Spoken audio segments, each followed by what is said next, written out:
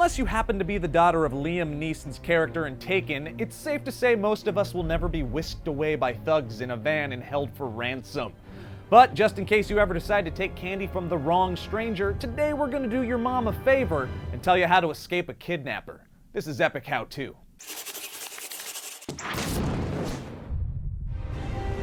Epic How To.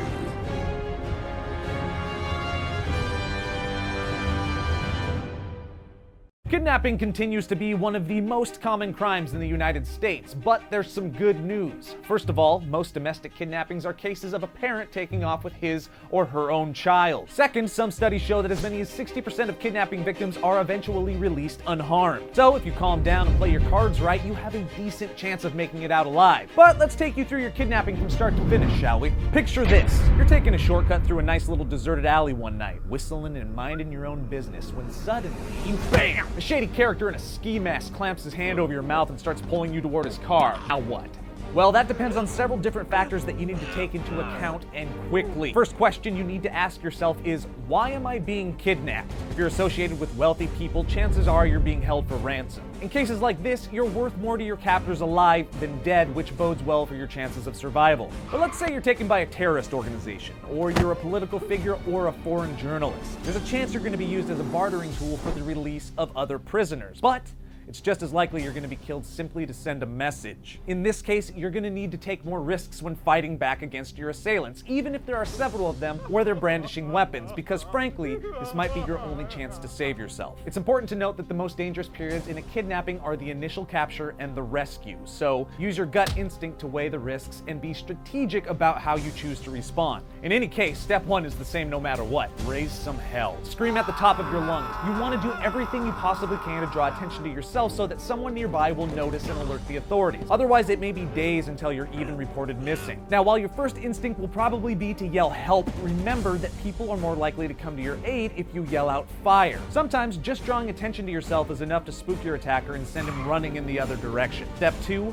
fight back. Kick, bite, scratch, punch, do everything in your power to get away. You're going to be scared, but statistics show that it's always better to struggle. If possible, get low to the ground and curl up so that it's harder for your captor to drag you into a vehicle, because once you're in that vehicle, the chances of survival go down. If you manage to break free and run away, be sure to run in the opposite direction your captor's car is facing so that he will have to turn around to pursue you. But let's say you've given it your all and your kidnapper gets you into a vehicle anyway. Now we're on to step 3. Find a way out of the car. If you're thrown into the trunk, you have a couple of options. First, look for an emergency lever or button inside the trunk that will open it from the inside. Many newer car models have this feature, and your kidnapper may not know it. If there's no way to open the trunk from the inside, your best bet is to look for a panel covering the back of the brake light and pull it back so you can punch through it and signal for help. But let's say you're actually inside the vehicle with your kidnapper. That's a nightmare. If at all possible, try to jam a foreign object into the car's ignition so that your captor can't start the car. Obviously, if your hands are free and you're in a public place with lots of people around, open the car door and roll out. It's worth the risk of getting hurt to get away. But let's say there's no way out of the car. That's when you move on to step 4. Take mental notes. Try to discern as much information as possible about your location, including landmarks, street names, and natural features of the landscape. If you're blindfolded, you can listen for sounds that might provide clues as to your location, like construction noise, for example. Also, pay attention to when your weight shifts to try and keep track of when and in which direction your captor is turning the car. Count the seconds between each turn, and if you know the area you're in, try to envision a map in your head of where you might be. Another thing you should do if you can't escape the car is step 5. Play Hansel and Gretel. Try to leave clues along the way that might help authorities identify your location, like a piece of jewelry or a button from your shirt. Once your captor has transported you to the location he'll be detaining you in, start working on step 6. Turn on the charm. It might sound ridiculous, but you're going to need to try to build a rapport with your kidnapper. While you're obviously going to be scared and angry, don't do anything to provoke or antagonize your captor. You want to stay calm and try to engage your captor in non-threatening conversation. Your goal here is to make him view you as a human being. It's going to be harder for your kidnapper to kill you off if you know his favorite color and his childhood memories.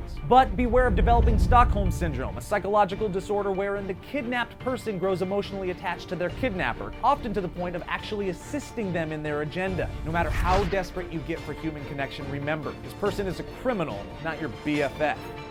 Step 7. Keep your wits about you. Many kidnapping victims are detained alone in small spaces for long periods of time, which can drive a person really crazy really quick. You need to concentrate on maintaining your sanity. This means exercising regularly, finding a way to keep track of time, developing some sort of daily routine, and making up games or tasks to keep you busy. And even though this might seem crazy, it may be comforting to have imaginary conversations with loved ones out loud or in your head, or make up an imaginary friend, like Wilson from Castaway.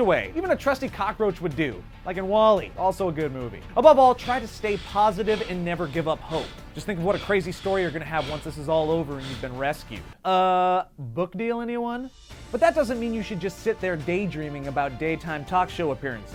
You should move on to step 8. Plan your escape. Try to learn as much as possible about the habits and schedule of your captors so you can make a run for it if the opportunity presents itself. Listen for people talking, doors opening and closing, or cars coming and going. But let's say you're in a situation where your only real choice is to stay put and wait it out. If you're eventually rescued, move on to step 9. Get down and stay down. Remember, the two most dangerous points in a kidnapping are the initial capture and the rescue. When the authorities bust in, they may not know who the actual kidnappers are, and initially, everyone will be a suspect, including you. Shots may be fired and your kidnapper may try to use you as a human shield, so hit the floor, put your hands over your head where the cops can see them, and wait to be saved. Put the gun down! Don't do nothing stupid! I'm just a kidnapper, leave me alone! Follow all police orders exactly as directed and don't make any sudden movements.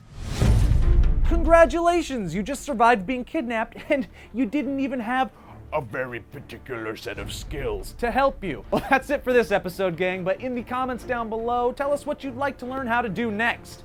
Until then, my name's Joe Bereta, and this has been Epic How To. Let us know what topic you guys think we should break down next in the comments below, and don't forget to subscribe.